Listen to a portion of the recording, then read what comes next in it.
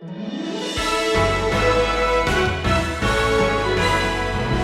halfway point of any project is perhaps the most difficult point to push through. Whether you're running the mile and you've run half of it and you push past that, or whether you're halfway through a difficult course or semester. Maybe it's a renovation project in your home and you're halfway finished and you can't see the goal from the mess around you. Halfway is a difficult hurdle in life. The newness has worn off, and you hear yourself saying to somebody, well, now I know what I've gotten into.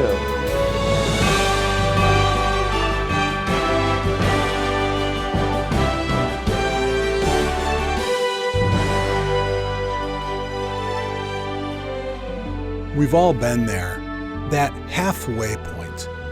Maybe it's a marathon, maybe a demanding project, or maybe it's life itself. You know that feeling? The newness has worn off, but the finish line is not yet in sight, and all you can see is the pile of obstacles still ahead. It's enough to make you want to quit. Well, in Nehemiah, we discover a group of people who faced that halfway hurdle head-on, all while being actively opposed by a very real enemy. Stay with us to discover how they pushed past discouragement and what you can learn for your own life of faith. It was many years ago, at the beginning of a major conflict in Europe, when Germany mounted an invasion on Poland, and Poland wasn't too troubled. They had a history of repelling the attacks of barbarians from warring neighboring nations. Besides, they were known for their skilled horsemanship. Their horses were among Europe's finest horses. So when they learned that German forces were advancing, they prepared 12 brigades of their finest warriors, and with swords flashing in the sunlight, sounded the charge, and their horses surged forward with great, powerful strides. Trouble was, this was not a war fought 1,000 years ago. This was the beginning of World War II. Manchester, in his biography of Winston Churchill, wrote that their horses galloped proudly right into the path of newly designed German Panzer tanks. The outcome was predictable. Total annihilation. Total devastation. I am convinced that we believers often expect to take on the enemy of our soul with methods that rival galloping at full speed into the face of a German tank. The devil, Lucifer, Satan, the father of lies, is on a search and destroy mission. He cannot have the soul of the believer, but he can have your song. And he seeks to deceive. He seeks to destroy. He seeks to distract.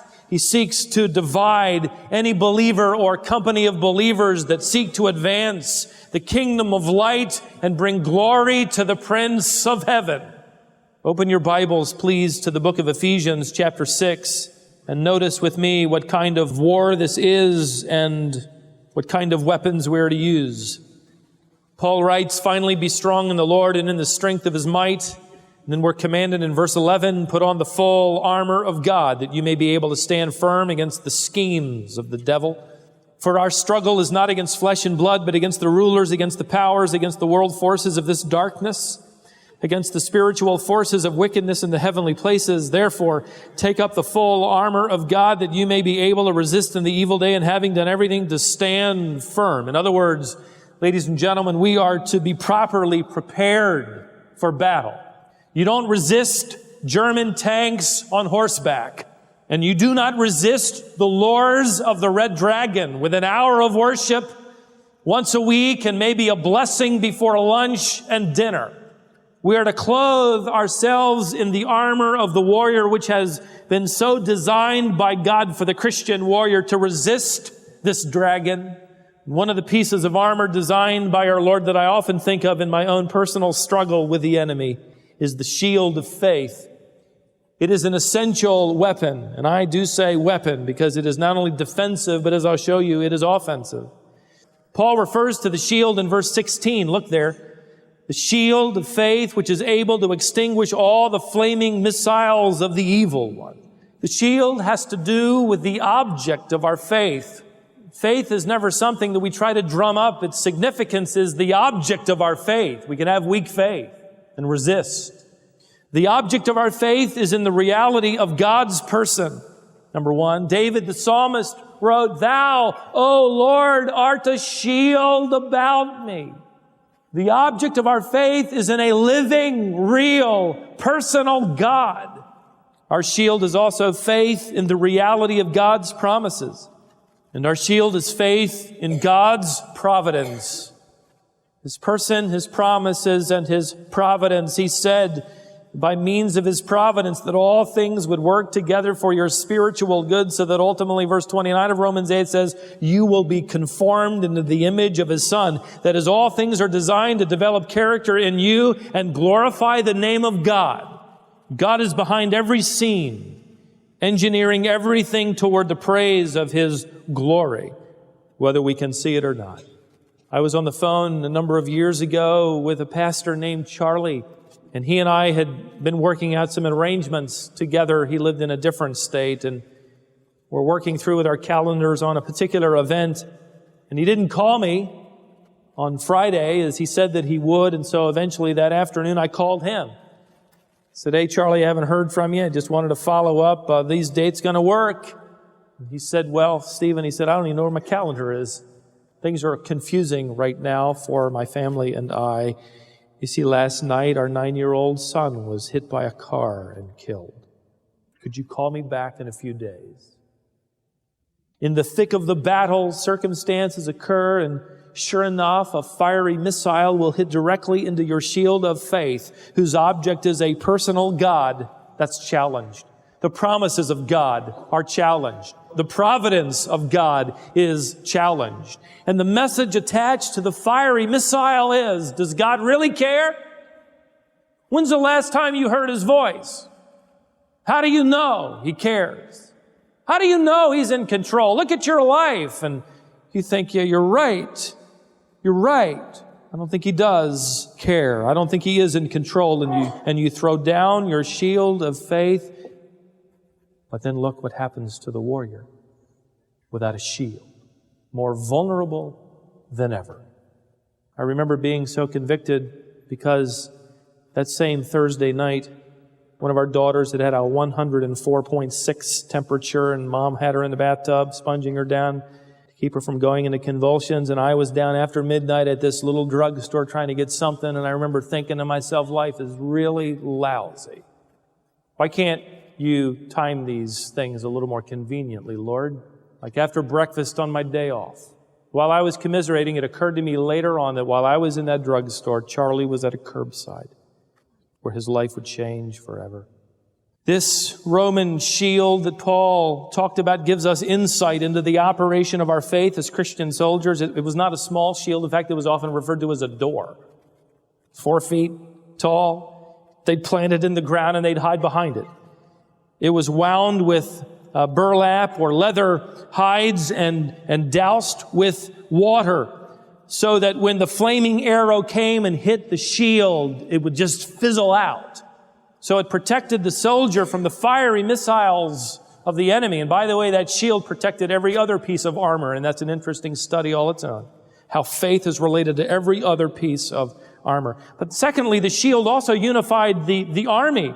The Romans had invented this shield to be beveled along the edges and hooked so that they could attach it, as it were, to the shields on either side of them, thus forming this long wall of steel as the army moved forward against the enemy. You could have a wall of steel approaching you as this army was unified. What a tremendous illustration of the church. We are to move forward with unified passion and purpose, linking our shields with one another in this community and literally around the world as we attempt to glorify God and deepen our character for His glory. I always enjoy, after the service, people will come up, some to make appointments, some to share problems, some to say, I just got saved, and others, who knows, I look forward. Don't you look forward to the end of the service? Okay, that was a trick question. I tried to set you up. This guy came up to me and he said, "Stephen, did you know that the apostles in the book of Acts used to drive around Jerusalem in the same automobile?" I said, "Well, no, I kind of missed that part. What are you talking about?" He said, "Yeah, in Acts it said they were all in one accord." He ruined that verse for me. I'll never think, in fact, I just ruined it for you. You'll never think of that verse again without thinking of Honda. But you know what? What a wonderful thought. Like a family that piles into a car or a van, you're headed in the same location. So the body of believers, as it were, piles into the same vehicle and moves forward. One more point about the shield as I conclude my introduction. The shield not only protected the soldier and unified the army, but it also reflected the sun. What I discovered, you could discover it as well with your Bible encyclopedia, but in the center of each shield was a round piece of brass. They would attach it to the face of their shield, and before going into battle, the soldiers would polish that brass until it was like a mirror. And then as they walked in battle together, they would turn their shields in such a way that the sunlight would be reflected off that brass into the eyes of their enemy. The believer reflects by faith the truth of God's Son, who is the light of the world. The enemy is easily distracted by the brilliance of that light. He hates the name of Christ. He hates the gospel that has been defined by the life of Jesus Christ and His death and His burial and His resurrection. And so we reflect the light of this off of our shield of faith back against, as it were, the kingdom of darkness as we penetrate the darkness with the light of the gospel.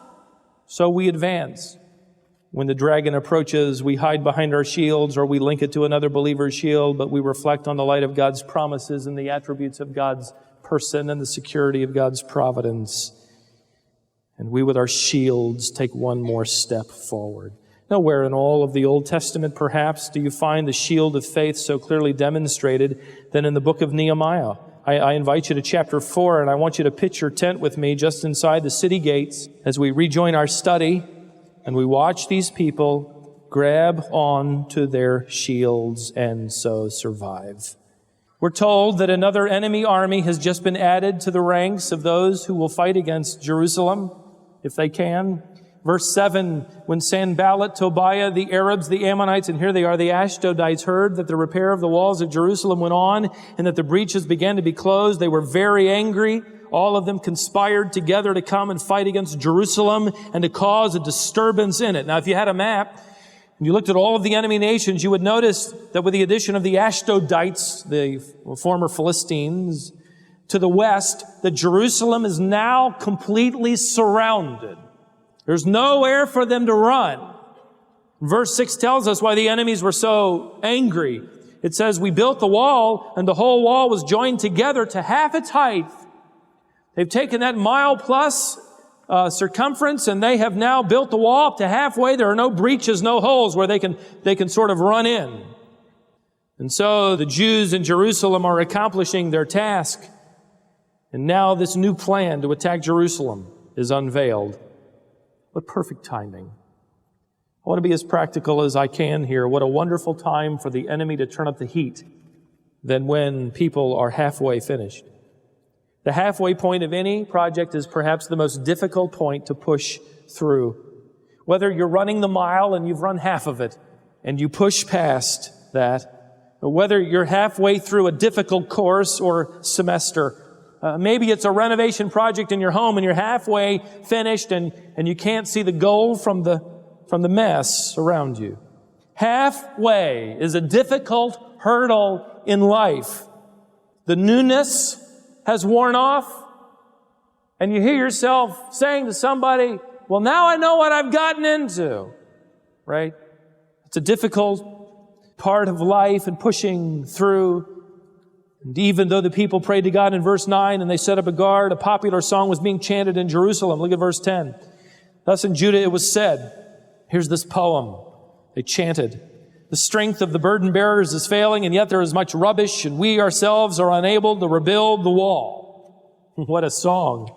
Let's stop a moment and dissect this lure called discouragement. It happens to be one of Satan's most powerful tools in the life of any believer. I believe more believers head for the sidelines because of discouragement than perhaps any other thing.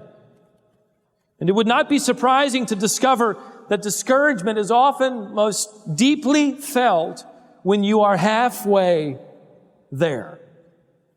First of all, this poem tells us the people were tired.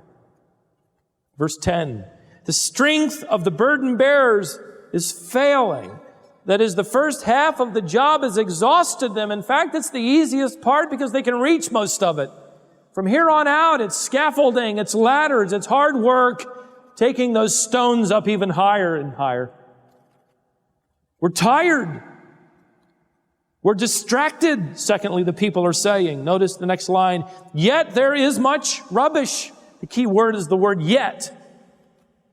In other words, they're physically exhausted. They've built half the wall, but in spite of all the work they've done, there is all of this literally dry earth, debris. But did you notice where the people have begun to focus their attention? Not on what was finished, but on all of the rubbish. 100 years worth of it. 100 years worth of vines growing all over and around these huge, massive rocks, many of them which have tumbled down into the valley. The first half was built by the stones that were easy to gather. Now the hard work is ahead, and they are distracted. All they can see is the rubbish and the challenge. You're in the process of raising children. All you can see around you is what has to be done and not what is being done. You're in the middle of a project that is demanding, and all you can see is that which has to be done, not that which has been accomplished. You're building a marriage. You've been in it long enough to know now that it takes mortar and rock, a chisel to his head. A chisel. That'll help too.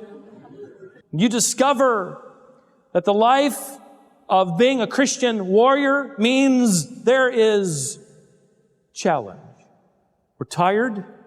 We're distracted. It's the hurdle of being halfway. No wonder the song continues in verse 10 to tell us the people felt hopeless. Notice, and we ourselves are unable to rebuild the wall. We can't do it. We're physically exhausted, Nehemiah. The work doesn't let up. Look around you. All of the rubbish, debris, the mounds of earth that have been formed over the years as sifting winds rush through the ruins of Jerusalem. We tried. We made it halfway. But this is all we can do. Let's quit. And the dragon whispers, that's right. To make matters even worse, their discouragement was mixed with fear. The fourth element is the people were afraid of their future. Verse 11, our enemies said they will not know or see until we come among them, kill them, and put a stop to the work. Now here are Jews who live around the city of Jerusalem who come, verse 12, and they told us 10 times, they will come up against us from every place where you may turn. This is so encouraging to have your Jewish friends come along 10 times and say, every other day, you're not going to make it. You turn this way, I know they're going to be there waiting for you, and they're going to put a knife in your ribs. You turn this way, and off goes the head. You're not going to be able to finish the job, and there's nowhere for you to run. And you think, well, thanks a lot. The people were ready to throw in the towel and run for cover. Verse 14 then comes along. It's the hinge verse of this chapter and this event. When I saw their fear, Nehemiah says, I rose and spoke to the nobles, the officials, and the rest of the people. Do not be afraid of them. Remember the Lord who is great and awesome. You see, the people were comparing their strength to the enemy, and they were coming to the conclusion the enemy is going to win. Nehemiah compares the enemy to the strength of God, and there's no way the enemy can win. Let's just read now. And it happened, verse 15, when our enemies heard that it was known to us, that is their surprise attack, and that God had frustrated their plan, then all of us returned to the wall, each one to his work.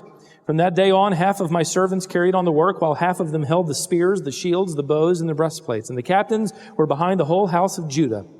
Those who were rebuilding the wall and those who carried burdens took their load with one hand doing the work and the other holding a weapon. Can you imagine that? Sword in one hand, a trowel in the other.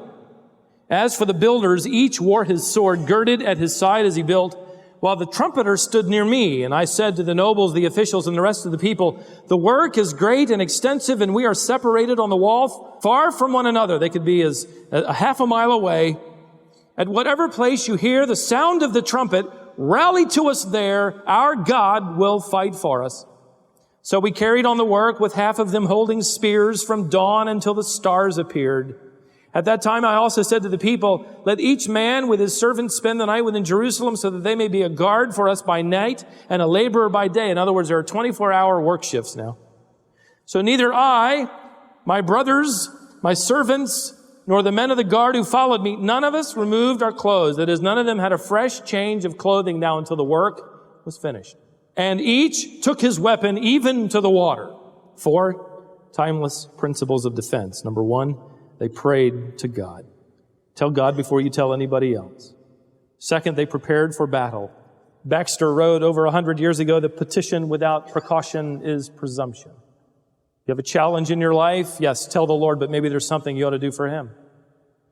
It isn't, oh, Lord, I got all these problems here, and I'll just leave them with you and check in with you once a week. See how you're doing.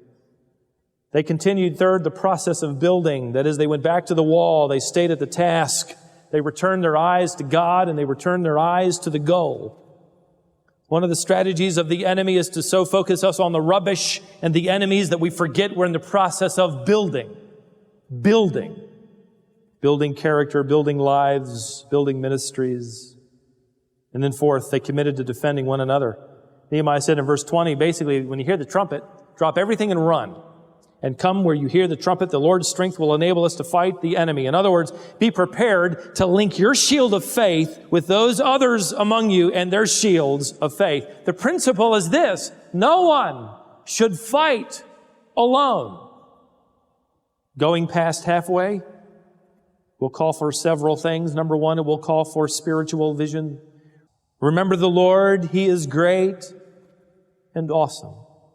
Whenever you are confronted by the challenges of life and the hurdles of being halfway, what do we tend to forget? That the Lord is great and awesome. The lure of the red dragon is so dipped into the pond of our lives that we forget that our Lord is great and awesome. Martin Luther, the 16th century reformer, was mired in despondency. It went on for weeks. And around the home and in front of his wife, he was so mired down with the challenges of trying to reform the church, if you can imagine that, in Europe, facing battles and fighting wars none of us would know anything of. But he was so despondent that after several weeks, an event occurred. His wife walked into his study wearing all black. And he said, "Who died?" She said, "God did." And he came up out of his chair, he wrote and said, "God did not die." And she said, "Then live like it." Remember the Lord, He is great and awesome. Are you discouraged? Remember the one who so agonized in prayer that he sweat great drops of blood as his capillaries under his skin burst. So in agony was he. Are you treated poorly or even rejected by some? Remember the one who was despised and rejected, and no one esteemed him. Nobody considered him important. In fact, they ultimately rejected him and crucified him. Are you suffering with some sorrow? Remember the one who would wear the nickname Man of Sorrows, acquainted with grief. Remember the Lord, He is great and awesome. When I first read that, I got to tell you, I thought, is that all? Nehemiah, that's not going to motivate anybody. That's it? That's all the speech you're going to give, and you're going to expect people to go back and risk their lives? But that was it. Why? Because that's all you need. Remember the Lord, He is great and awesome. Going past halfway hurdles, my friends, also requires stubborn faith. Like my friend Charlie and his wife, who clung to their shields of faith and served the Lord faithfully, clinging stubbornly to the reality of God's person, to the truthfulness of God's promises, and the security of His providence. Thirdly, going past halfway will demand unselfish assistance. The people began to serve one another even more diligently. Verse 21, they worked until the stars came out. Verse 23, they went without changing clothes. They were willing to rally together and fight for each other. They didn't look to themselves. They looked to the task at hand and to others. Nehemiah and the people were thus rescued from the lure of the red dragon, the lure of discouragement. And they continued to build the wall of Jerusalem. I want you to know that everyone in this auditorium is in the process of building walls. Some in here are building walls between themselves and others. Tall, thick walls. Others, and I think most others, tend to build walls around themselves and creating their own private towers. We build little shopping malls in there to keep us distracted, and we bring all our toys in there and our stuff, and we hook a satellite dish up to the wall of the tower, and we've got everything we need to ever have to think about anybody else but us. But me, myself, and I. I'm protected from the enemy in here. Well, my friend, you have become the enemy. C.S. Lewis wrote some powerful words. Let me read them to you.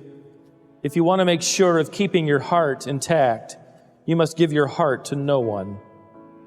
Wrap it carefully around with hobbies and little luxuries. Avoid all entanglements. Lock it up safe in the coffin of your selfishness. But in that casket, safe, dark, motionless, it will change. It will not be broken. It will become unbreakable. The enemy knows that all too well, and he baits his hook with discouragement and waits to see if some believer will take it and abandon the wall for their own little tower. If we could rewrite the timeless truths learned in Nehemiah chapter 4 that help us hurdle the halfway, it would simply be these. Number one, refocus on what's important. What's your goal? What are you trying to build? What are you trying to accomplish by the grace of God? Refocus on that. Second of all, remember upon whom you rely. And then, upon refocusing and remembering, report for duty at the wall.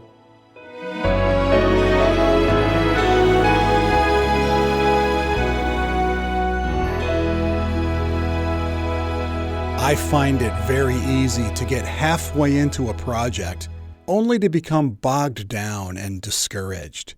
Maybe that's you as well. These principles will help you if you apply them diligently. You're listening to Wisdom for the Heart with Stephen Davey. Today's lesson from our series through Nehemiah is called Halfway. You can go online and listen again. Simply navigate to wisdomonline.org and click where it says Today's Lesson. And while you're there, please consider sending a note. We're always glad to get a note from a listener. Cynthia from North Carolina said, "My husband and I listen faithfully every morning. We've been blessed so much and appreciate your faithfulness to the Scriptures." Thanks again for listening today. We're so glad to have you with us. We're going to continue through Nehemiah next time, so join us here on Wisdom for the Heart.